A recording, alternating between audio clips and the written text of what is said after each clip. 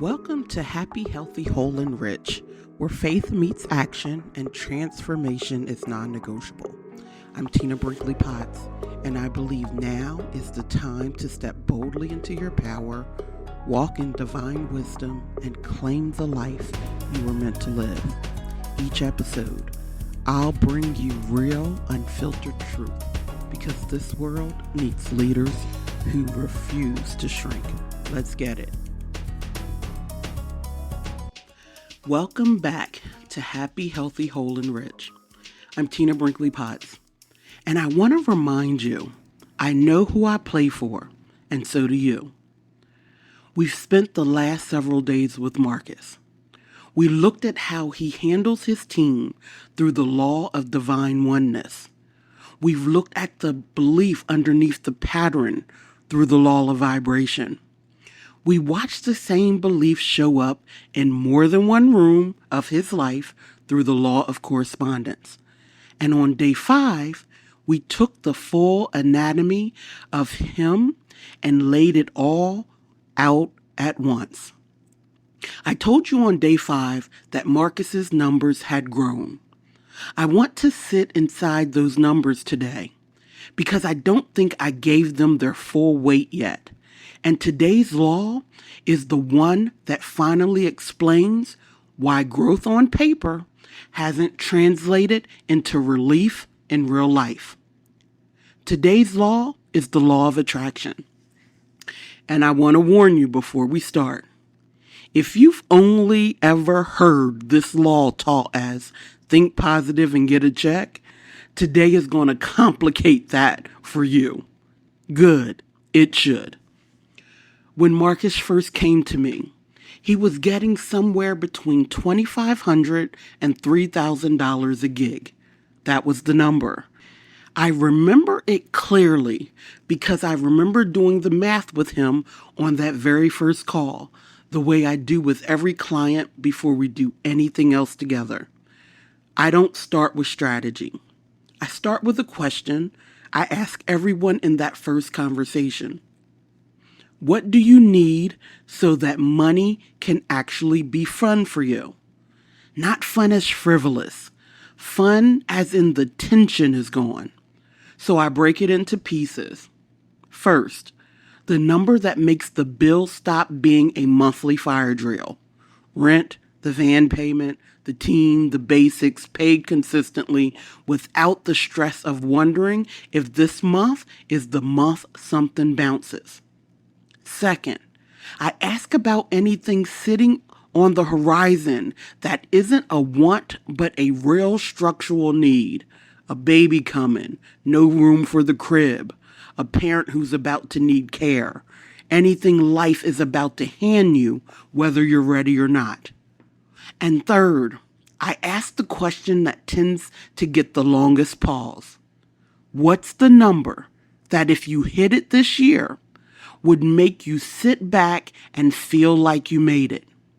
Not somebody else's version of that, yours.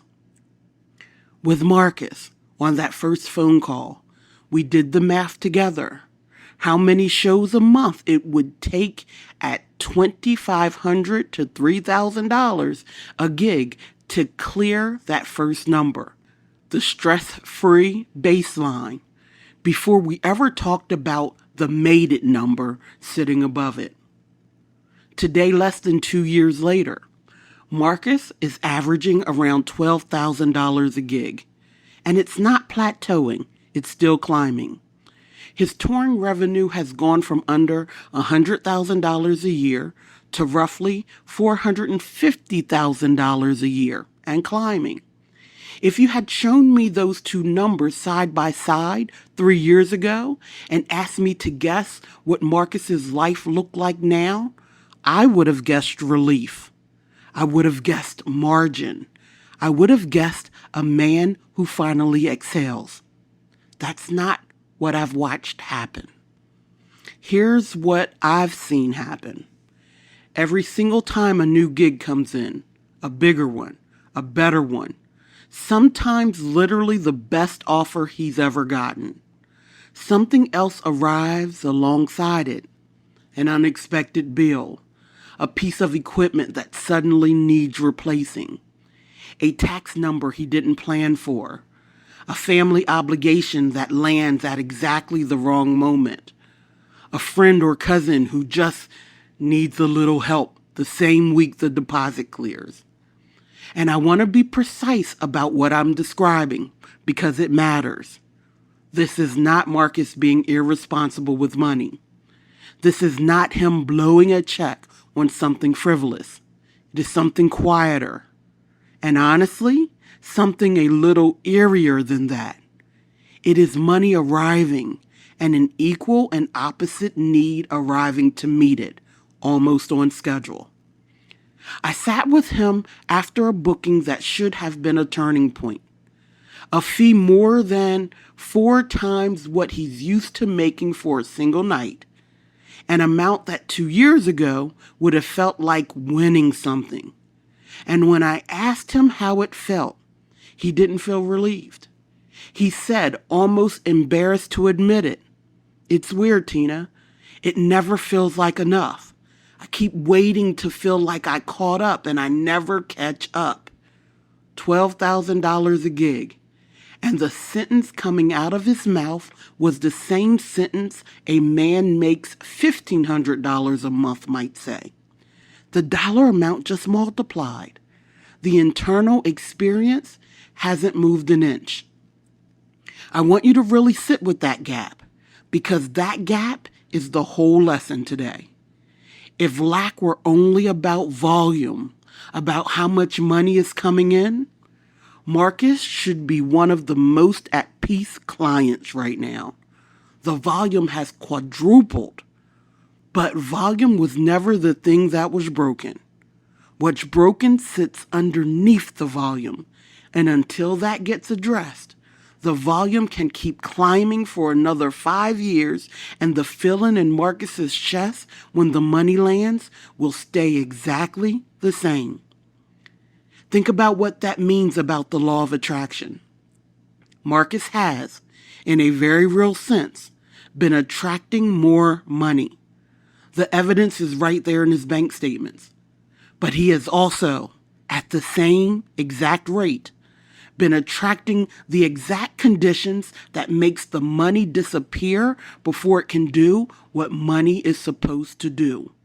Build margin, build peace, and build a floor underneath him that doesn't move. He is not failing to attract abundance.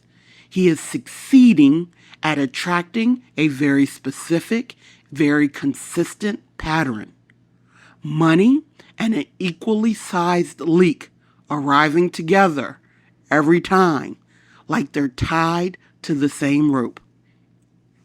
I went back through 18 months of conversations after that call because I wanted to know if I was imagining the pattern or if it was really as consistent as it felt. It was consistent. I could line it up almost like a ledger. The month his average jumped from 4,000 to 6, his van transmission went out. A repair he hadn't budgeted for on a vehicle he had been meaning to service for months but kept putting it off because the money wasn't quite there yet to do it proactively. The month he crossed 8,000 a gig, a family member he'd quietly been supporting needed more support than usual, and he said yes before he'd even let the deposit clear in his own mind. The month the big offer came in, the one that took him past 10,000 a gig for the first time, was the same month he told me, almost in passing, that he probably needed to see a doctor about something he'd been ignoring for a while, because he hadn't had the money to deal with it before. Now suddenly, he had the money. And suddenly there was a body that had apparently been waiting for permission to need attention. I'm not telling you this to suggest Marcus is manufacturing these events on purpose. He isn't. Nobody consciously decides to blow a transmission or develop a symptom. That's exactly what makes this law so important to understand correctly. Attraction doesn't require conscious participation. It requires a consistent frequency, and it will find whatever avenue is available to match that frequency, whether that avenue is a relative with a request, a vehicle with a part that finally gives out, or a body that has been quietly under-resourced right alongside the bank account. The specific event changes. The rope stays exactly the same length every time. I asked Marcus one more question that day, and I want you to sit with his answer before we move to the next law. I asked him, if a bigger check landed in your account tomorrow with absolutely nothing attached to it, no bill, no favor, no emergency, what would you do with it? He got quiet for a second, and then he said, honestly, I don't know. I don't think I ever had that happen. That answer is the whole episode. Not I'd save it, or I'd invest it, or even I'd spend it foolishly. He genuinely could not picture the scenario because in his lived experience, it had never once occurred. Money without an attached leak wasn't a decision he never made. It was a circumstance he'd never been given the chance to face. Turn with me to Haggai 1:6. Ye have sown much, and bring in little. Ye eat, but ye not have enough. Ye drink, and ye are not filled with drink. Ye clothe you, but there is none warm. And he that earneth wages to put it in a bag with holes. I want you to notice something about that verse, because it is describing Marcus's exact situation almost word for word, thousands of years before Marcus was born. It doesn't say the people weren't earning. It doesn't say the harvest failed or the wages stopped coming. It says they sowed much. It says wages were earned. The inflow was real. The verse isn't describing a drought of money. It's describing a bag with holes, an inflow that cannot be felt as provision because it is leaking out as fast as or faster than it comes in. That is not a coincidence of language. That is the law of attraction being described honestly, without the cartoon version attached to it. The people in Haggai weren't being punished by having money withheld. They were experiencing the natural consequence of misaligned priority. The text goes on to say they were busy building their own houses while leaving something sacred unattended. The money kept showing up. The bag kept having holes. Both were true at once, and one did not cancel the other out. I also want to bring in Proverbs 13:11.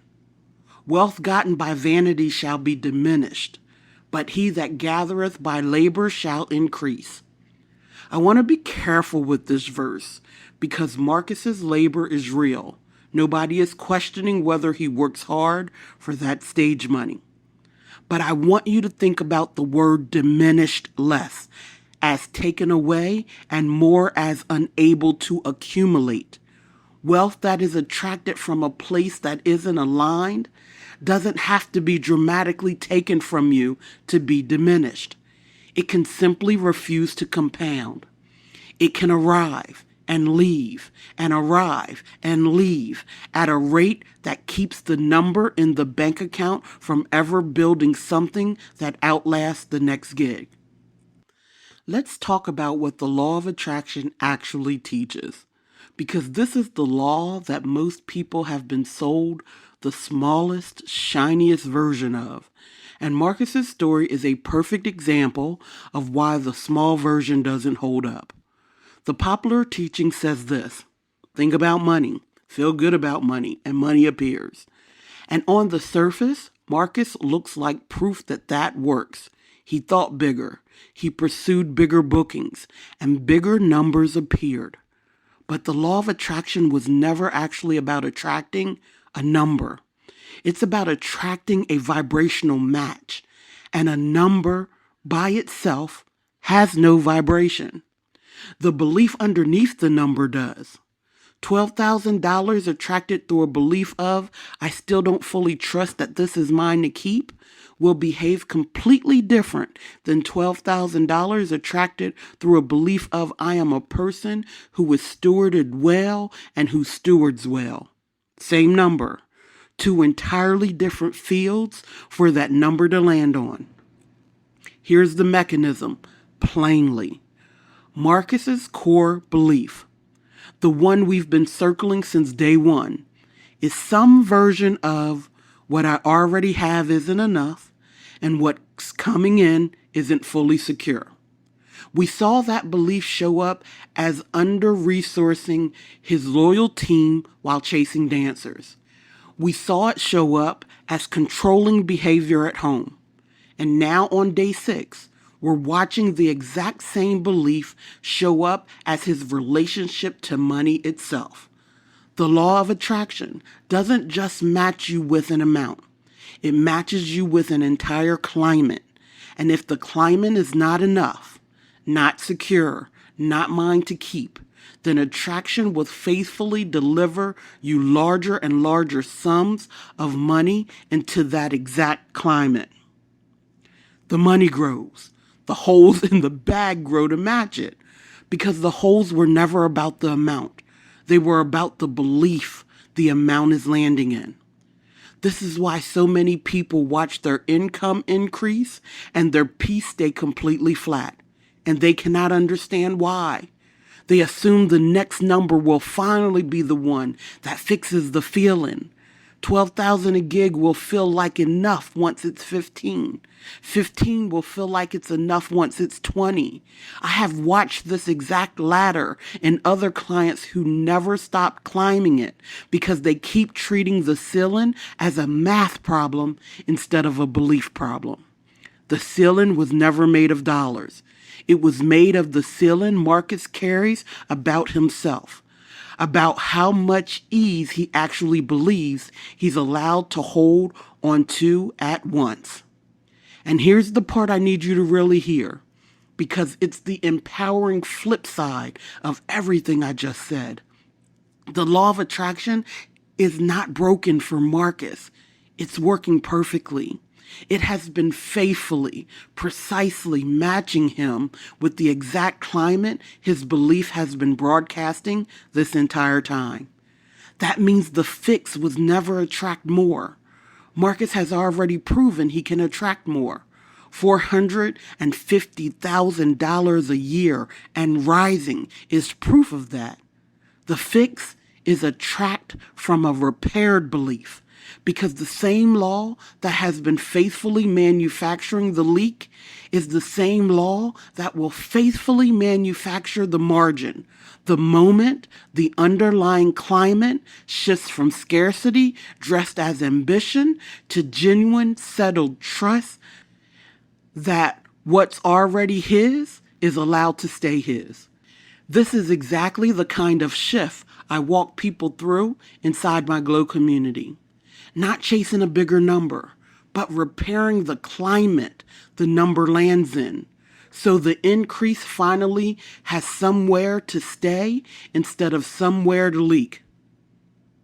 Now, I want you to sit with a pen in your hand for this part. Don't just listen, write. Number 1, where in my life has the amount coming in increased, while the feeling of enough has stayed exactly the same? And what does that gap tell me about what I'm actually attracting?